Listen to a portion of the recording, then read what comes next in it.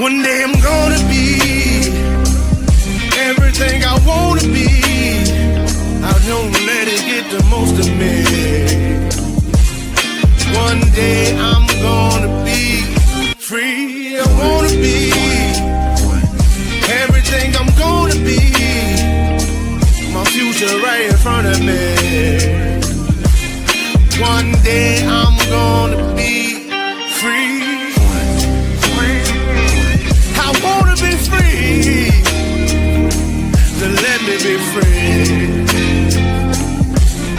One day I'm gonna be free. Mentally and physically, emotionally and spiritually. Yeah. One day I'm gonna be free. I'm standing at the crossroads. I'm feeling like a lost soul. Don't know where I wanna go, but all I know is I wanna be free. They're telling me to let it be, but that just ain't in me, no. Jealousy and envy, but all I see is I wanna be free.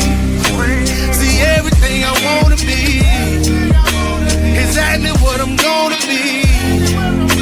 Don't let it get the most of me. Eventually, I'm gonna be free.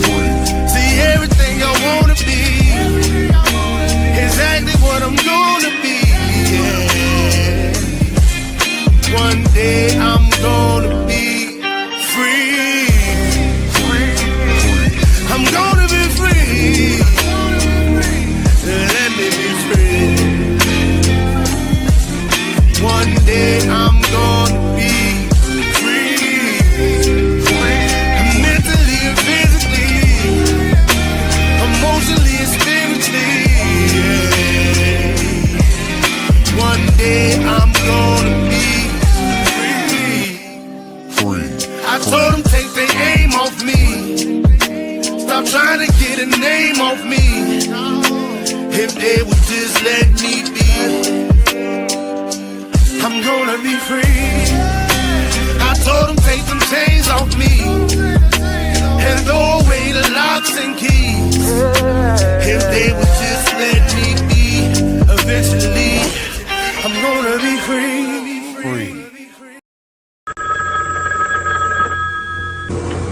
They're back.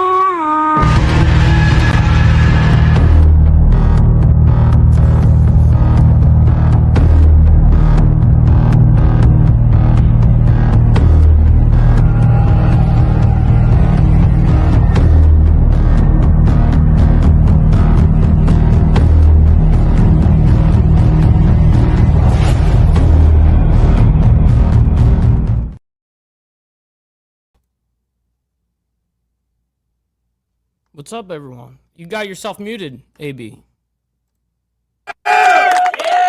What up, though? What up, though? 7 days, we're back again for another episode of Dominant Effect. Marsh Bishop, we got Mike Ball. We got a pretty good show for you tonight. We're gonna jump into. Apologies for the delayed startup. We was figuring out the last little bits and pieces before we crank this up for y'all to make sure we give y'all all the information that we could possibly give out on this particular subject. So it should be pretty good. It's a big one too. Yeah. So here's a question. What if I told you that America's biggest creditors has quietly been pulling out of the U.S., out of our debt? And most people have no idea what that means for their future. Now, China's been reducing its holdings of U.S. Treasury bonds, the same bonds that literally fund our government. We've talked about that several times. And when someone holds your debt and starts selling it, that kind of changes everything. Now, China's been quietly reducing its holdings of the U.S. Treasury bonds. Been doing it for probably about a year and a half now that we've noticed in large sums that they've been selling back. And that move could reshape this whole global financial system. Now, for decades, America's rallied on foreign buyers to fund that debt. And China is one of the biggest ones. But now the relationship is changing, dealing with BRICS, SWIFT, CHIP, a lot of other things that's going on right now. And that ripple effect hits interest rates, inflation, gold, and the future of the US dollar. So in this episode tonight, we're going to break down a couple things: how the US debt system really works, why China became America's biggest creditor, why China is now selling US Treasury, the hidden role of Basel III in gold, which a lot of you probably have no idea what Basel III is, but we're going to jump into it, whether the dollar is losing its global dominance, and what it means for your money, your debt, and your future. This isn't fear bait. This isn't fear mongering. This is understanding the real power shifts that's happening quietly behind the scenes. So this is what we're going to talk about tonight. Now, before we go into what's going on right now, probably need to touch back on a little bit of the history of this, so that way you can kind of understand the whole thing of this. So, and we kind of want to hit on how China became the biggest holder of US Treasuries in the first place. So after China's trade boom back in the early 2000s, massive American imports meant that China accumulated dollars from exported profits. And to keep its currency competitive and resilient throughout these years, China began buying US Treasury bonds, essentially lending money back to the US government. And that helped in a couple ways. It absorbed the US dollar inflows. It kept the yuan from appreciating too fast. And it provided liquidation and safety for the reserves. The platform continued for years, and China's reserves basically soared after that. But China's holdings peaked around 2013 at about 1.32 trillion. But since then, it's gradually been reducing its US Treasury bonds. And by late 25, the holdings fell down between 688 to 730 billion. Damn. And how many trillion was it originally, you said? It was 1.32 trillion. Right. Wow. That was in 13. Now at the end of 25, it had dropped down to 688, between 688 to 730 billion. And it hadn't been crazy that low. Because bonds are usually 10% per year, or 5%, 7% each year, or whatever. So for there to be any reduction is a big deal. Right. And it hadn't been that low since right around 2008, 2009. Now, the question you may ask is that why does this matter? Okay, because China was once the largest foreign holder of US debt. Now it's behind Japan and the UK, which is a major power shift, how China manages these reserves. But the question is, why are they selling? And the answer to that would be what you call, let me see, what would be the name? I would say more like a strategic diversification, because China wants to influence the reliance of the US in these treasuries to avoid being exposed to the rival currency and the whole political leverage part of it.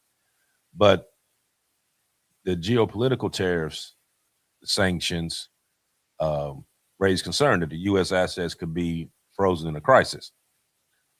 And that makes Beijing trying to observe this in a different light. So China's putting more money into things like European government bonds, U.S. agency bonds that's similar to credit but has higher yields, and also gold and other assets such as silver, platinum. Right. By proxy. Yep. Hmm. And this all affects the risk and yield strategy, but it's not like an imminent attack. They're slowly putting it back. And the reason why they're slowly doing it is because if they do it all in like one big lump sum, yes, it would affect us, but it also crash them. Right. That's what most people are not connecting, that they don't necessarily want to do that to us because that would crash them too. Right, right. Right. So they're gradually doing it. So when China or any one of these big countries start reducing those treasury holdings, your bond prices fall, your interest rates rise, and your borrowing costs here in the U.S.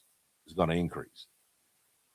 Um, but it's just part of how that global capital flows. That back and forth. I think one of the biggest takeaways here is that um, China isn't going to go nuclear, like dumping debt. They can't afford to. Right. They're like strategically reallocating those reserves to kind of slow. It's like a slow, deliberate thing, and then watch the market and see how the market fluctuates behind what they're doing. It seems like they're dumping bonds and kind of gravitating more towards the metals, gold, silver, around the world, not just China. But China is a leader in all of that, of course. Right, right. You notice just the other day they put a band, a silver band in China, where they're not letting any silver leave China, Yes, I heard about that. and That's they've a big also deal. right. It is. It's a huge deal because not only did they do that, but they've also been talking to um, Mexico, because Mexico has one of the biggest steel reserves in the world, trying to get them to do the same thing. Really? Because I didn't even know that. because if that happens, then you really putting a crunch on everybody, because that's where a lot of these, just about everybody, was getting silver from Mexico. You put a halt on that, now you got to squeeze. You basically hoarding what you have and trying to rack up as much as you can get from all these other places, which Wow. once again jacks those prices up, just like we've been seeing silver prices and gold prices been spiking, for weeks now. Well, we're gonna Um, get some from Venezuela. We're gonna get some from Greenland, so we'll be all right. No, I'm just fucking yeah, around. so they say. Um, so um, so why does China does it? Why do they continue to? And if you notice, even with you notice back in the end part of December, when we had the big silver hike, where silver just jacked The up. original, well, Hmm. from this time frame, yeah. Right, right. Because there was there was a phone call made from the United States to China, basically telling them don't hike up the prices during this time, because China doesn't celebrate Christmas. Everybody was going to be off here, Right. and I don't know why they thinking that, okay, we're going to tell them not to do it, and so in turn they're not going to do it. That's exactly what they did. But they put a cap. Well, they called themselves putting a cap, to where, like, if it hit a certain amount, I think it was $73. If it hit that amount, it would automatically shut down everything here and wouldn't let it go above it. Right. But what happened? It hit 72. It jumped 73 completely, hit 74, and kept going. It It didn't jumped work. completely over the cap. Right. Yeah, this has happened now, where they keep doing these corrections and all these shutdowns, and whether Comex shut whatever, and it's just amazing watching the resilience right now in this current time, how silver is being treated, and gold, of course, but silver especially. They keep trying to do these corrections, and it keeps flattening out, kind of going down a little bit, and then it just spikes up, and these guys can't handle it. They just can't at this Hmm. point. Exactly. Now part of China's reserve involves supporting the yuan as a global settlement currency, which they've Right. been trying to do, and reducing their dependence on the dollar.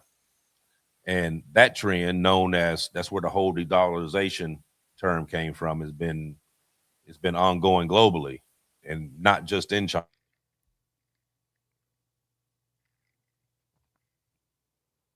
Shit, that might be me. I don't know. He'll be back, Been folks. There several. you are. It's been yeah, I've seen it. We got a storm going on over here right now. Me too. Me too. I was yeah, expecting it. I was expecting it for me. That's why I knew. yeah, it's lightning and thundering pretty good out there right now. So if it does that again, guys, bear with us. We got a little weather going on right now. But a lot of those nations that they've been talking to are now part of BRICS, which in those situations, what they're trying to do is basically have their currencies be the primary currency, but they have so much of that currency backed on gold. So I think under BRICS it's supposed to be at least 40% of everyone's currency is supposed to be backed up on the gold. Wow, I didn't know that. From on a global standpoint. Yeah, just for the ones that's in BRICS, the ones that's coming into BRICS, that's one of their prerequisites, is that they have to be able to have enough gold to be back at least 40% of their money. Wow, I didn't know that. That's actually a really cool stat about BRICS that I didn't know. Yeah. So gold and certain European bonds act as like safe havens that are kind of less entangled in U.S. Treasury. So this growing of the Chinese gold reserves is reported to be like purchases that reflect that shift. So the more gold that they can bring in, they can basically what they're trying to do is put their money straight up on a gold standard. Yeah. And that's what they're trying to get all these other nations that's involved in that to be able to do as well. It seems like it's not just the U.S. dollar, though. I mean, yes, in particular, because that's what's going to affect us the most. But on a grand scale, it seems like all these countries that are BRICS nations and all that, it seems like that they don't even have a super amount of faith in their own currency either. They're doing the exact same thing where they're rushing for gold and silver right now. Everyone is. So I think that's a high tail sign for everybody. You know what I mean? That's a big sign. Copy what they're doing, essentially. Right. Let me ask you a question right quick. Sure. So do you think China is selling U.S. Treasury bonds as like a financial attack? No, I think they're hedging their bets at this point.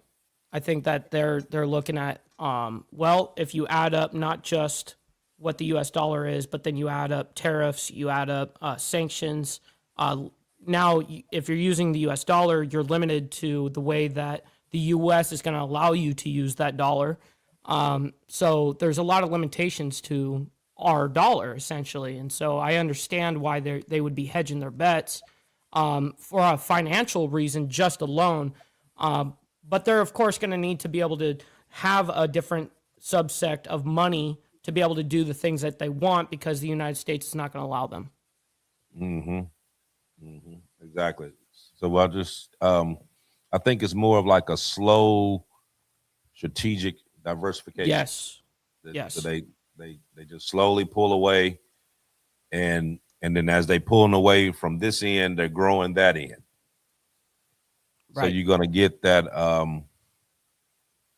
So like the basic borrowing cost over time would just kind of lessen U.S. leverage on a lot of this, Right. And so back in December, we were actually in what they call a quantitative tightening, where they wasn't printing out so much money, and they were able to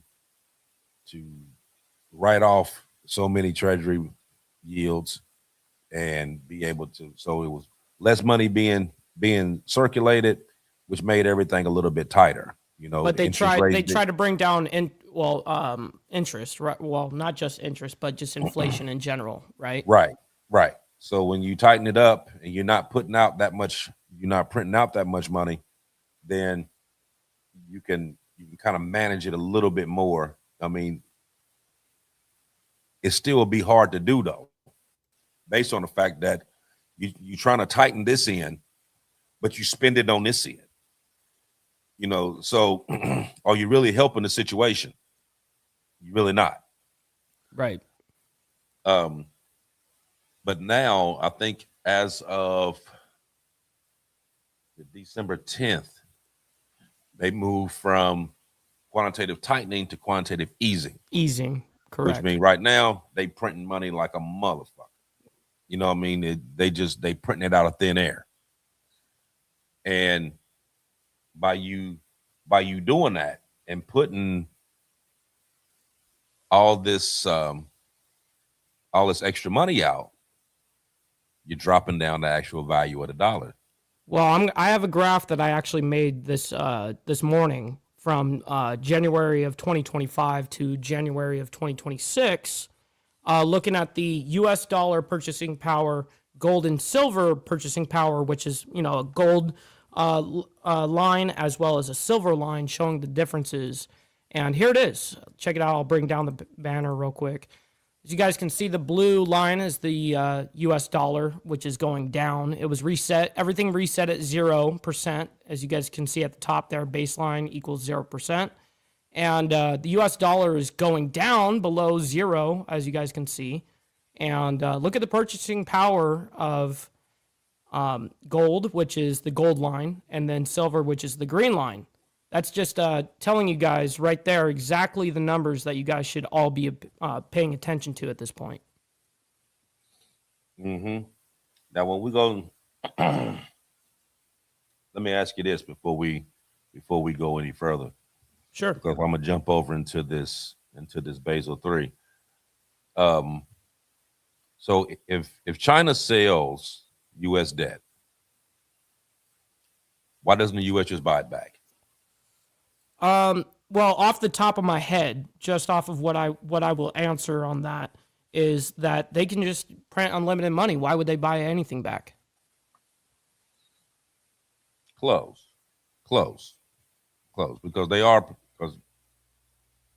you're actually about halfway there. Okay. About halfway there. Right on.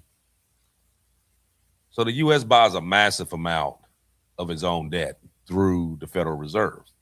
Mm-hmm. And the problem with doing that is that means that you have to print more money, which can automatically so you fuel have inflation. to. Damn. So that's like a double whammy. Right. So you're going to fuel inflation and you're going to weaken the dollar by doing that. So the foreign buyers help keeps that borrowing cheaper. So when they step back a little bit, the cost eventually shows up in higher interest rates, basically for everybody. But that keeps the inflation down, and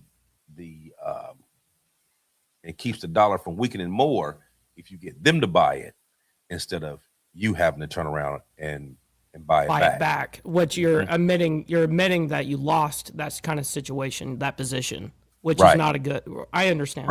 Right. So like a couple of weeks ago when you had the thing dealing with the silver, there was a bank. They haven't released who that bank was that went bankrupt, but the Fed had to go and bail it out. Mm-hmm. And there was several other institutions that they had to bail out because with it jumping that cap, and they had to end up changing the margins, and then that money had to be collected within 24 hours.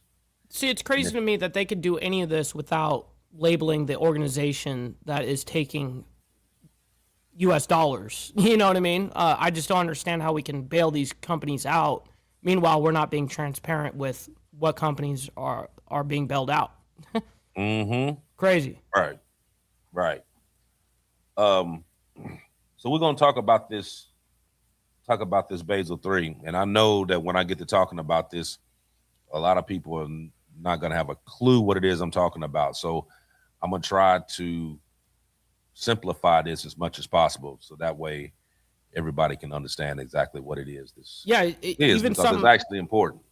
Right, and something like this, Basel III, for instance, what he's about to get into, I recently just learned within the last week really what that is. So definitely an interesting thing that must be pointed out on this topic.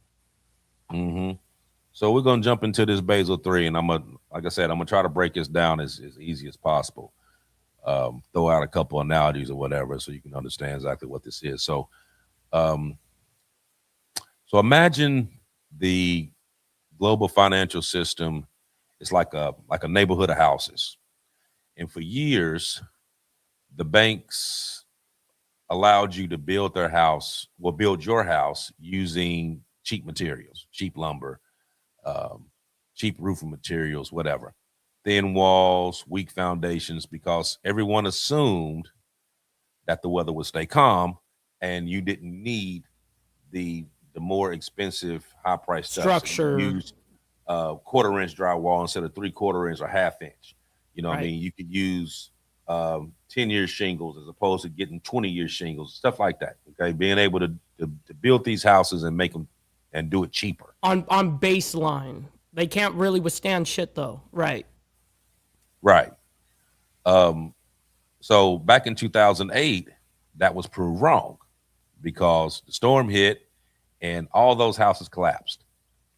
So Basel III is you can say they're like the building inspectors coming back and saying, okay, from now on, you need stronger walls, you need deeper foundations, you need to use actual real wood, using 2x6s instead of 2x4s, or right, some you cheap get what I'm saying. plywood, super cheap, Right. cheap. Yeah, exactly. You need to bring this up to this quality now.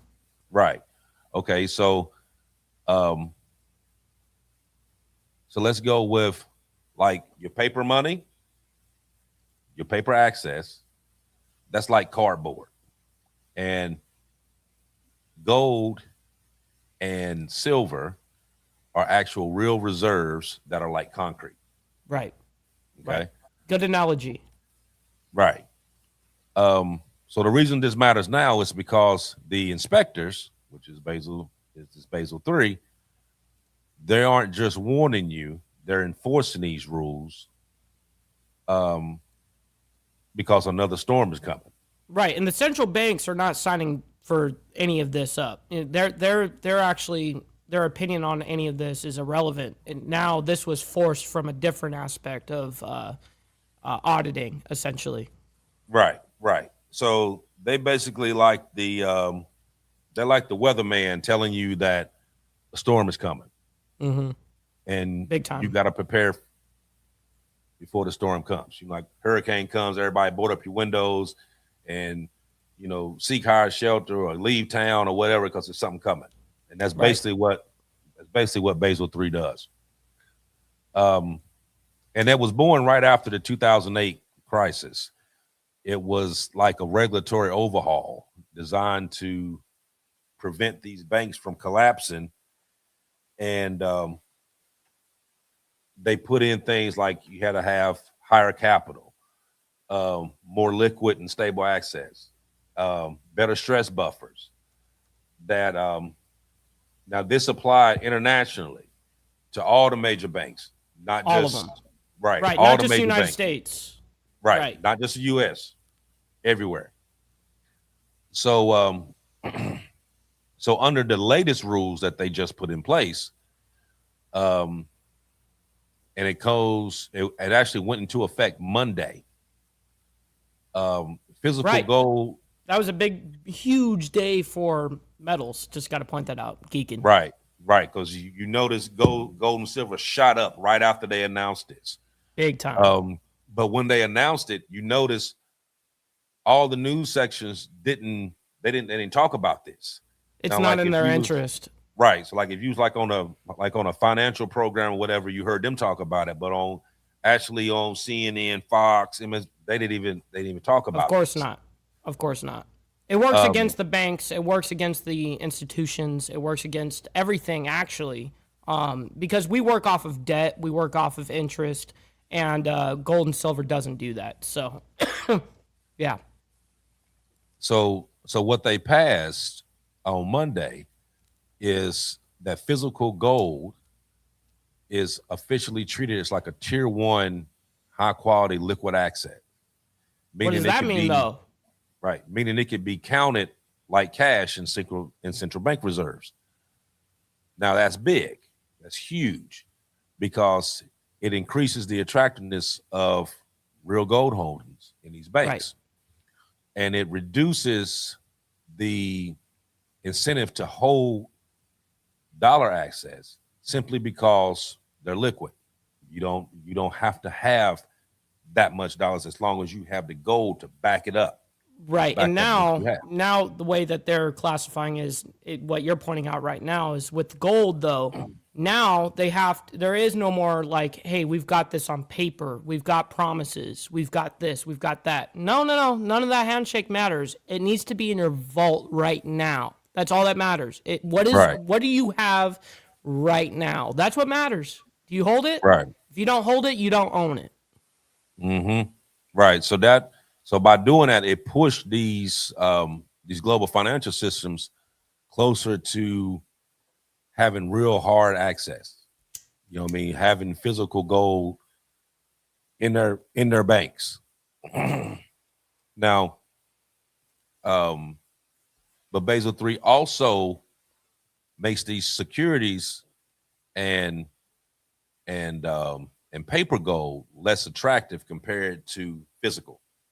Right. So they're basically setting this up to where these banks have to have a certain amount of gold in their possession for the money that they say they have, Right. Right. which is kind of sort of like what it was when you had the actual gold standard. Right. Because But you now had this is detrimental to these people, though. mm-hmm. Detrimental. Let's see how they survive this, honestly, because I don't see a lot of this working out for their favor.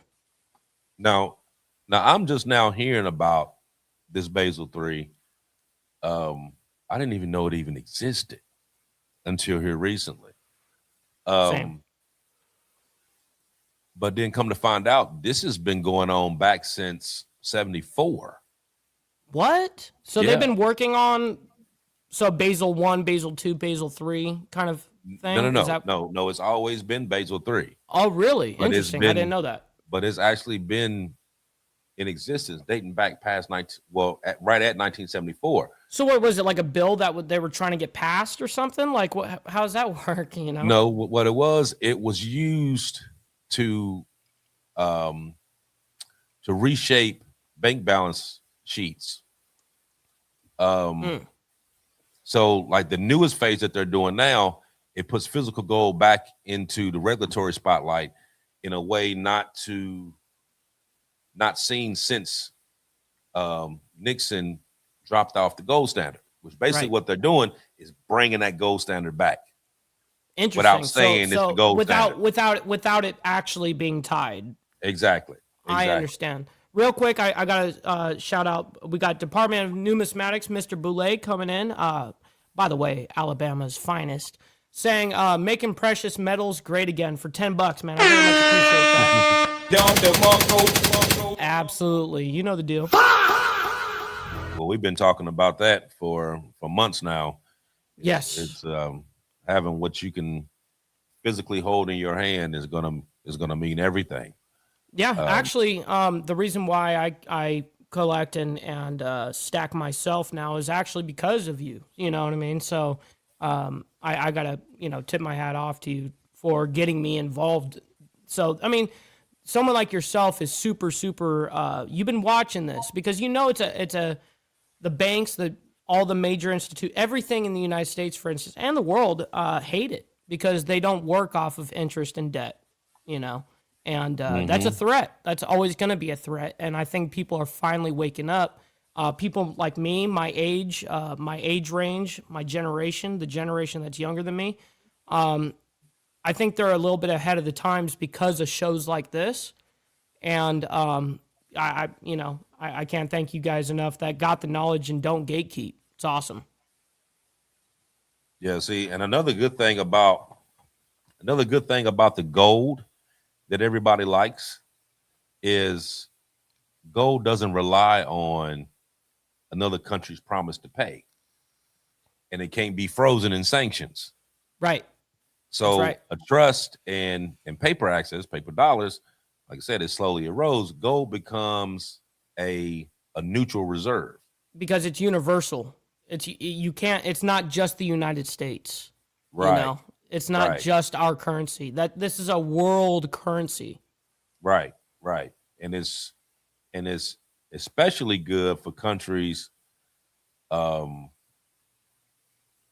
has like long-term geopolitical uncertainties. So that helps them. So like Argentina, African nations, Venezuela. Sure. When Argentina, they had that big crash here not too long ago. Right, and we bailed them out for their money, their peso. We bought their peso out. Right, gave them the $40 billion to bail it out. I told you about when I went on Wise, and I went on there and just bought some just to. No, I didn't. I don't remember that. Yeah, so I went on Wise, and Wise, you can go on there, you can take U.S. currency, and you can switch it over and buy like other forms of currency all around the world. So I just used a small amount. I just used $20. Sure. Why the hell not? Right. It's like a stock that you can play. Well, not really a stock, but you can actually purchase that currency. So do you get it in hand, or is it like a paper or whatever? No, it's on it's all on an app or whatever. I mean, right. You can understood. Right. You can actually go there and cash it out, whatever. But sure, you can. But that you can buy world currencies, though. That's cool. Right. You can buy any currency you want on Wise.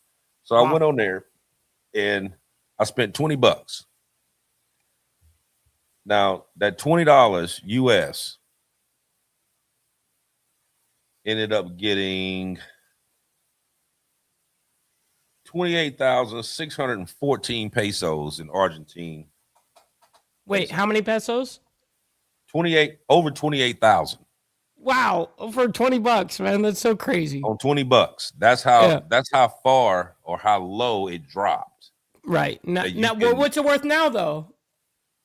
You know what? I don't even know. I have to go on there and look. I bet you made your money back. I bet you tripled your money.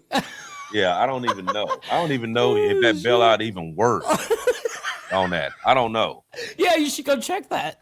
Yeah, I just went on there just to see, like, okay, if I spent $20, how much could I get? And it showed. Yeah, no, Ken, you're like, oh, dude, I'm just gonna get it. Fuck it. Right. It's $20. Bing. Oh, that's great. You got to report back to us and let us know next week. Yeah, that'd be great. I'm gonna have to go on there and actually look and see if it's changed. That's funny. Then. Right.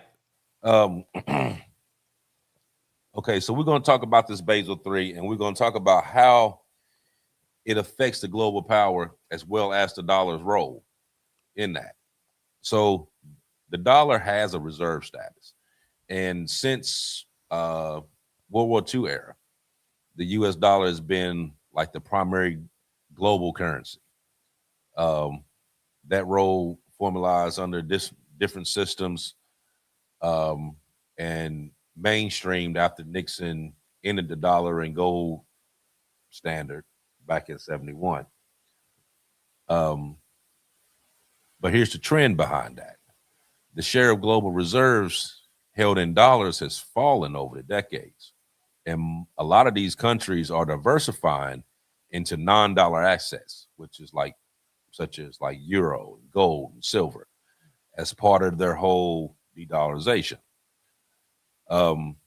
Now China has been reducing the Treasury holdings. That's just one piece of it. Now the global holdings overall are still very large. That's well above $9 trillion. And that's with Japan and UK being like the key players of that. Right. So you have over $9 trillion in Treasury bonds that's floating that all these other countries done bought. These motherfuckers ain't gonna see that shit back. Oh shit! Oh shit! So even with China selling it, it's not significantly destructive. They only held, was it 1.32, and then they dropped down Originally, right. between 688 and 730 now. But you still have, who's buying it from them? I don't understand who's buying it from them. You know, when they sell it, who's buying?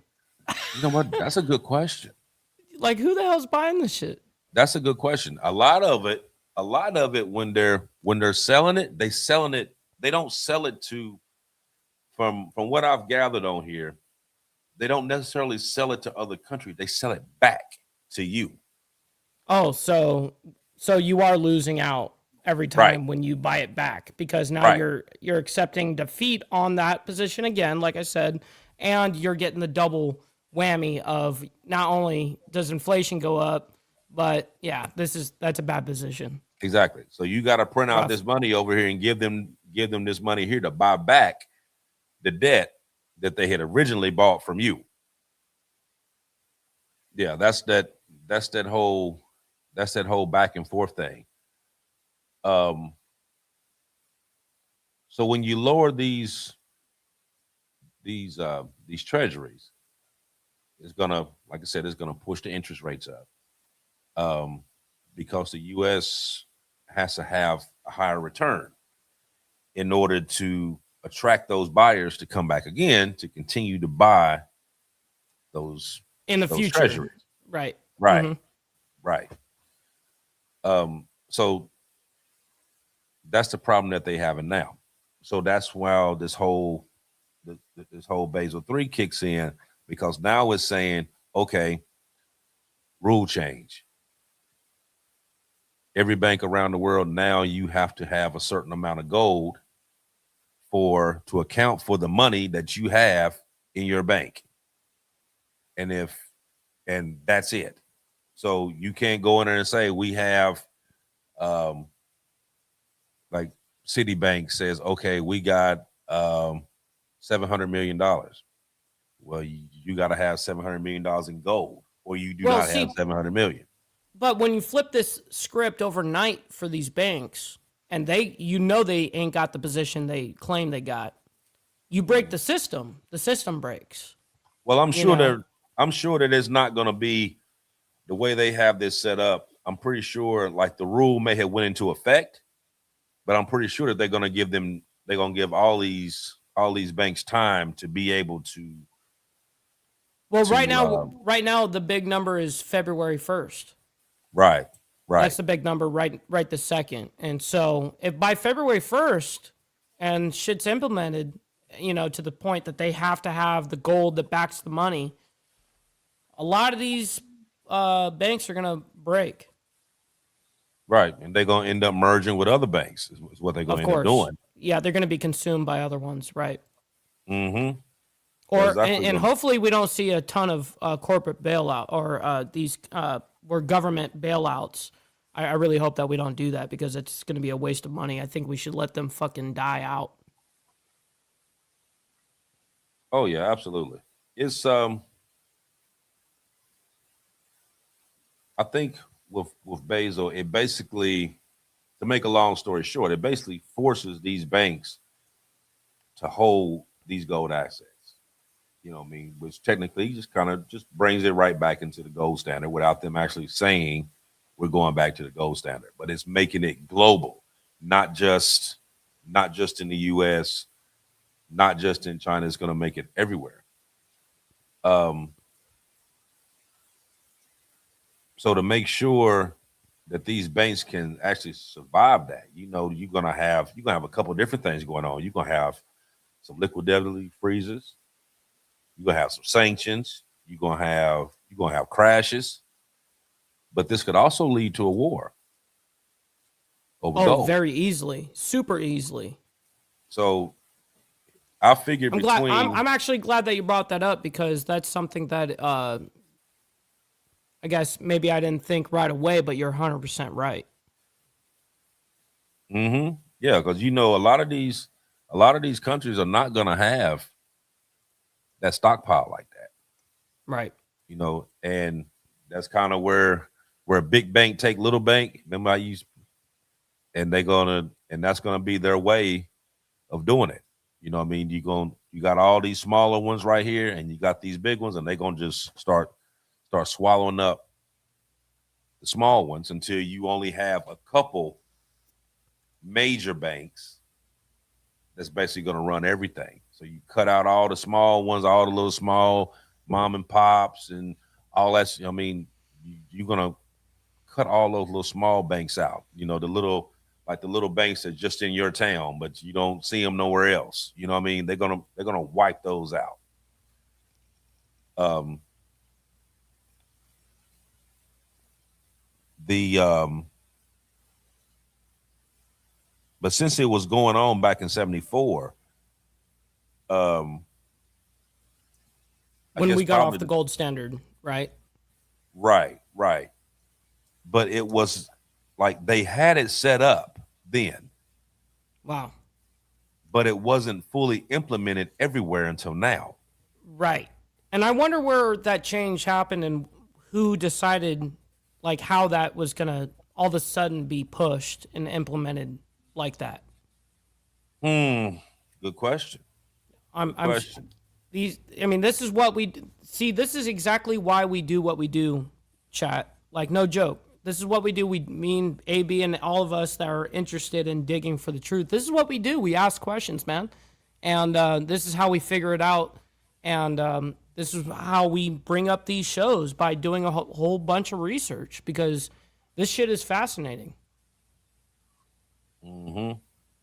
Now, let me answer. Well, I probably can shed a little light on this. On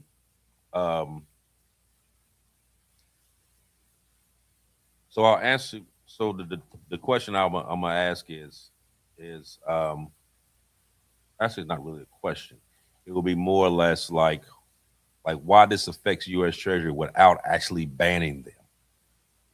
Okay, and so Basel III does not say that the Treasury are actually unsafe, but it does change the incentives of the Treasuries. Yes, So, the incentives like used I to be said, higher. these banks now have to hold. Right. So like for instance, these banks got to hold more capital against the securities. They're less eager to kind of warehouse those long-term bonds, just sit there and hold them. You know what I mean? They're more apt to getting them out. You know what I mean? Yeah, And not just they're more willing. not They're just more sitting on willing them. to sell them. Yeah, they're not willing to And hold them for 100 years. Yeah, exactly. And then a lot of these banks are going to prefer that these assets don't fluctuate wildly, due to like stress scenarios, stock markets, all of that. So they're gonna start being real particular about how much money they have. They're also gonna be really particular, even more particular, how much money they're gonna let out. So when you go in for um, loans, like big loans, house loans, stuff like that, they're gonna put more red tape before they just give out that money now. You know what I mean? Because everything has to be. It's more. It forces the bank to be more structured, more take in and less give out. It's basically what this And more transparent too. what this is doing. But it's not, like I said, it's not going to just do it in one spot. This is going to be a global thing. There was what was that other question that I had here that I was going to ask you? Oh,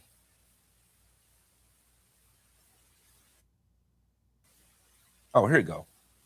So the question I was going to ask you before I end up talking right by it. But why do you think gold itself is becoming more important again, like more important than actual silver? The answer, Even though silver is taking a rise, but why is gold more important? Well, at this point, because of what the banks have recently classified what gold is. What's the exact nomenclature that they use? I'm gonna go ahead and take a stab. Where they call it like a top tier asset or something like that. And so when they call it a top tier asset, I think that's Correct. where the classification is going to go ahead and change. That's true. They did make it a top tier. The reason why they made gold a top tier and not silver is because you can get gold in more places than you can get silver. So that's why they changed it. Even though silver is going as high as it's going because silver is in lower quantity. You can only get it in certain places at high amounts. Like I said, Mexico is the leader of silver. Well, not just with so by the way, AB, you're lagging by you're like 2 seconds behind. You're probably like 3 seconds behind. But yeah, silver, the amount of silver that we actually mine doesn't go to like the consumer amount, like for gold, for instance. Gold, the majority of gold that has ever been mined ever has actually, or is still on the planet today. But silver, not so much because of the amount of use that we have it for. Solar panels, in tech. A lot of silver is actually in our landfills right now, in these garbage fucking chip cards and all this crap from PCs. Yeah, silver is definitely an interesting thing, and now that silver has been reclassified as a critical mineral in the United States, that's also jumped the silver boost, where it's not artificially made in the market of how much silver is actually worth. No, I think silver's been undervalued for decades, and now it's finally reaching to a point where, yes, this is what it actually is worth. And we're still way below what I actually predict. I mean, even Bank of America is already talking about $350 silver. So when Bank of America is already talking about it, that's a hightail sign. So we're looking for a crazy-ass bull run right now.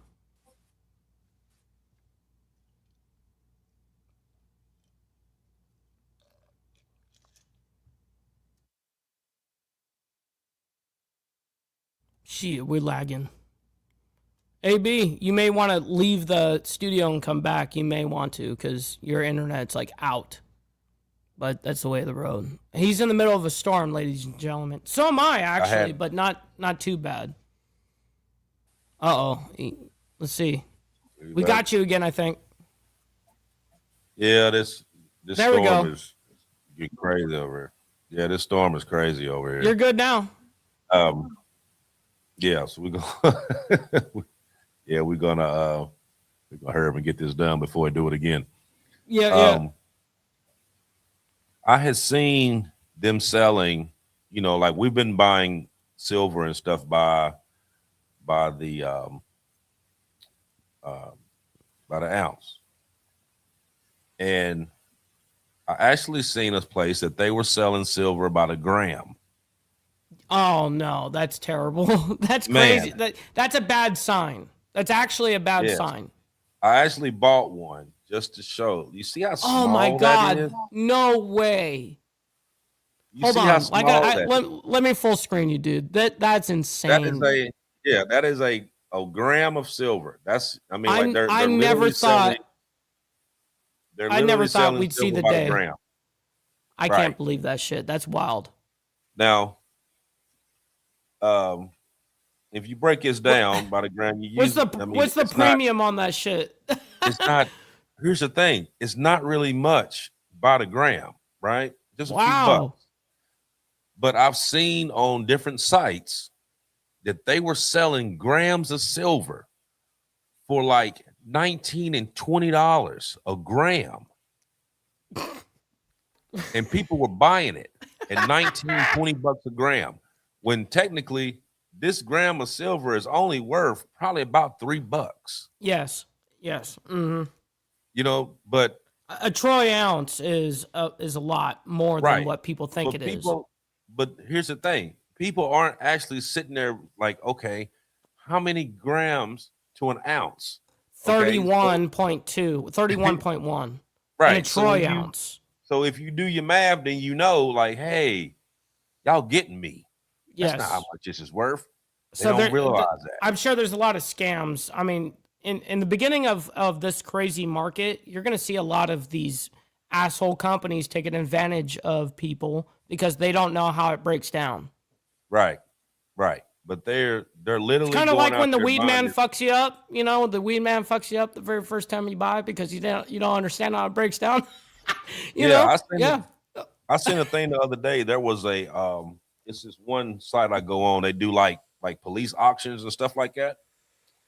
And they had grams of silver on there.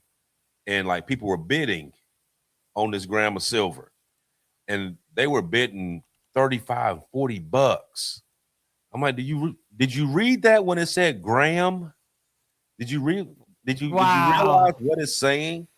You know what I mean?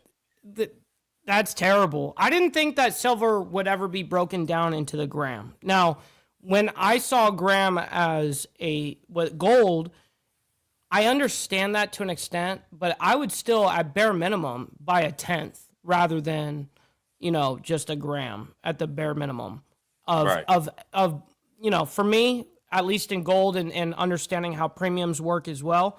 The lowest you ever want to go is a tenth. You don't want to be going lower than that. I mean, honestly, I don't go lower than a quarter, honestly. That's what I've got, at my lowest for just gold. But because the premiums don't make sense on the long run. Mm-hmm. Exactly. We're gonna turn this down. Try to end this on time. But before we go, I wanna kind of end this with this closing. And I wrote this because I needed people to actually understand, like, don't panic, okay? Because the real danger to all this, it isn't China selling the U.S. debt. That's not the danger. The real danger is that the world is slowly building a system that no longer needs the U.S. They're slowly building it. Now, when that happens, then the rules of money, power, and survival changes with everybody if that takes place. So we see all the stuff right now where it's talking about, China dumping debt and, worries me, China dumping debt. Even if they dump the debt, there's still another 8 trillion that's out there. Will it affect you? Yes, it will affect you. It will raise prices. It will raise the interest rates. Inflation goes up a little bit. Inflation goes up. It will. That will hurt you in a sense, but it will also bankrupt them. Yes. So they're not going to do that, but they are going to do this slow, gradual depletion, because as they deplete over here and they steady growing bricks on this side, they don't need this. And you have all these countries now that's accepting all currency instead of just the dollar as being a dominant currency. That's also going to play a role in this as well. So we're gonna keep our eye on it, just like we've been doing, and as things progress, whether good or bad, we're gonna put it out there. You know what I That's mean? right. Because that's the whole part in doing this show That's the is to get put it out. down. Like I said, everybody's gonna have their opinion, and some may agree, some may disagree, but the truth is the truth, whether you want to admit it or not. So I want to thank everybody for coming out. Like, follow, share, subscribe. Um, Jump on the Facebook, the Diamond Effect group. We put a lot of stuff out on there. Also, hit the QR code at the top there. We do to go on the actual site. We got a lot of merchandise, a lot of good stuff on there. And if you're actually a member, it actually jumps you over into another realm of that website that you see stuff on there that you wouldn't normally be able to get your hands on. But it's a lot of good stuff on there. Before you go, hit that like button. That like button is like gold when it comes. It is. Puts the proper algorithm, gets it out to the right amount of people, and gets those views up. The more people that watches this, the more people that sees the stuff that's going on that, like I said, mainstream's not talking about, but we willing to. So that's a great thing. Also, for all you ones that's been watching forever, Rotten Dirty 1 and 2 is finally out. It's finally out on Tubi. Go on there, check it out. Pass it on to your friends, let them check it out. It's actually a pretty good movie.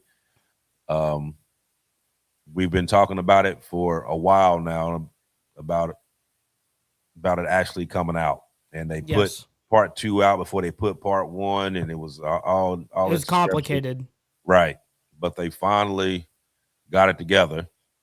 Good. over there in Tubi land. They finally got it together and they released part 1. So go on Tubi, Riding Dirty, part 1 and part 2 is out there. Go on there, check it out, and let us know next week what you thought, how you think the movie was. Also, the movie The Lawful Ones, the series. We did a whole thing over the weekend, and it actually went really, really well. They did their premiere for that. They showed the first 3 episodes. It's a 7-episode miniseries. They showed the first 3. It was a great time. It was a great time to be had. Actually, I got this. I got the baby the baby Grammy. Oh shit, that's awesome. Yeah, I got the baby Grammy award. Yeah, but it was a good time, man. Like I said, we're working on starting Born Protector next. We've been you're on the move. Yeah, we've been knee deep in this script trying to work out everything to where there's absolutely no bugs, no kinks. Everything flows the way it's supposed to flow. And I'm telling you, that's going to be a great movie. It's a lot of suspense, plot twists, drama, a little bit of everything that's in it. But that's the next one that we're going to be working on. So before we leave tonight, I'm going to play the trailer for Rotten Dirty. I got it queued up. We're also going to play the trailer for The Lawful Ones. I think I have that one on here. Not that I know of. Let me see. Did I have that one there? I thought I did. Yes. I got change of heart. No, not that one. See the one right beside Riding Dirty? Yeah, Standing on Business. Yeah. That's Okay, so I'll play Riding Dirty first, and then Standing on Business. Yeah. So Riding Dirty, like I said, is already out on Tubi now, part 1 and part 2, and The Lawful Ones, which used to be Standing on Business, they changed the name. That's right. I remember you telling me that. That's supposed to be out at the end of this month. So just stay tuned, and like I said, check those 2 out, and next week let us know what you think. And I just renamed that file to Lawful Ones because I know that you did tell me that. So anyways, much love, honor, respect, everybody. Thank you all for being here this evening. We all very much appreciate you. Make sure you guys hit that like button, not only on our side, but as well as archbishops over there on the Diamond Effect, man. And listen, again, what AB said, we're not trying to do any type of fear-mongering here. We're just trying to let you guys understand the landscape, and that goes for YouTube too. So we're not doing any type of fear-mongering. We're just letting people know exactly where we stand. And I can't thank you enough, AB, for organizing this, as always. And listen, we're going to be rating my buddy on my side. We're going to be rating Chris Lestrange here at the end. Make sure you guys let him know we're coming through with the Mike Ball raid. And until 7 days, much love, honor, respect. God bless everyone, and enjoy these trailers. Fucking Mateo. And I'd say I was excited to see you, but really, I'm just glad that your dumb ass doubled the bet to 100,000. Y'all give it up for the infamous dog!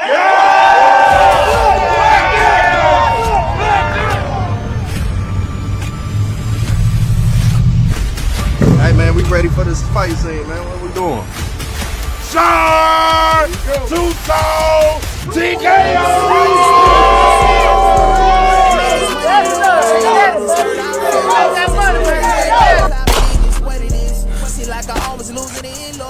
Fuck you get this from? One of the TDR. After I shot him. Any sudden move this motherfucker makes, do not hesitate. What y'all talking about over there? Y'all talking about fucking each other's lives right now? Get off the fucking bike, shut the fuck up, and get on your knees. Look what we have here. A bloody knife.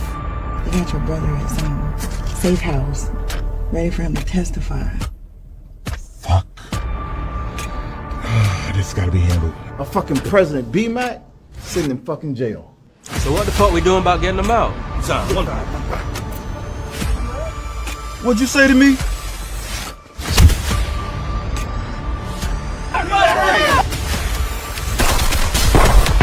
All this ends now. No more bodies, no more hunting. You got beat in your own game, so own it and move the fuck on. Well, one of my girlfriends told me they saw them hanging out. You are fucking the competition. Bitch ass nigga! I did it for her. What did you do, Naya? Mom is not responding or moving. Hey yo, Pluto, you going brazen? I have at 3 o'clock, so convention is stay. Sounds like he's involved in some really serious stuff. What's up? I know you got a plan. You already know. No, we good for it. Fuck! Fuck this! When B-Mac was out, this will never happen. Don't you speak on fucking club business, man. You keep that name out your fucking mouth, you understand me? I left your key right where you told me. I'm just hoping you don't let me down.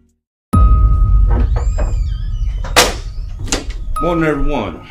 Everyone look all rested and relaxed. But, you know who's not relaxed right now? The fucking governor. Hello, man. So you said to come out here with no assistance, no security, so why are we here? Look, I promised your father to get you into the office, and I lived up to that, right? Yes, sir, you did. Your father also promised me that my product would be in safe hands. You already know how that went. Hey, yo, Papa. Show the man what he want to see, bro.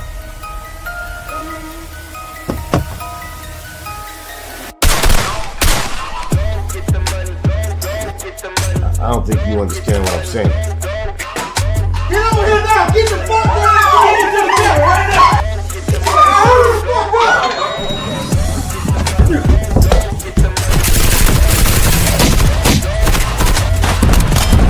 Listen, Okay, I'm listening. I didn't want to say anything in front of the others. Pissed off the wrong people, motherfucker! After comparing the last few hits with the last time, I think they've been hit by some professionals. Bro, I'm not here pounding right now. I ain't got time for your shit this morning, Sierra. Think you couldn't have waited after we talked before you did this? This is how I do it. You do realize they caught that motherfucker red-handed, right? I don't give a fuck what you believe.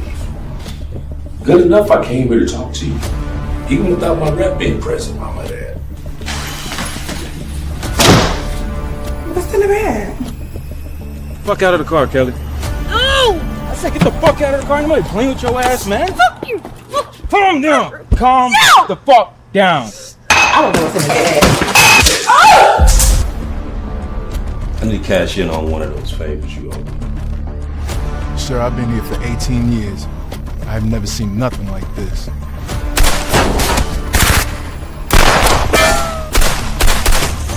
Fuck, they found you, didn't they? Fucking coming for me. They're coming for me. Time for the Moscow manicure! What the fuck is wrong with you? You're supposed to be the one I can trust. Think we can trust his ass? Look, that motherfucker's life is on the line just like ours is. So, what is it, Amelia? Nigga, tighten up!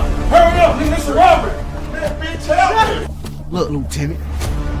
Then why the fucking cartel is sending us fucking cards with your fucking name on it? We're working for the cartel. What the fuck? Bitch, what? Keeping it real about it. Looking for something that's real.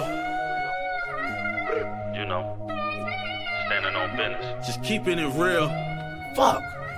Hell no. I'm just keeping it real. So I bought the windows clear, but I need them tinted yet. Yo, with 24 we need to meet. Rims, but I ain't even finished yet. Now. Feel like I'm almost here, so I ain't tripping. Yeah.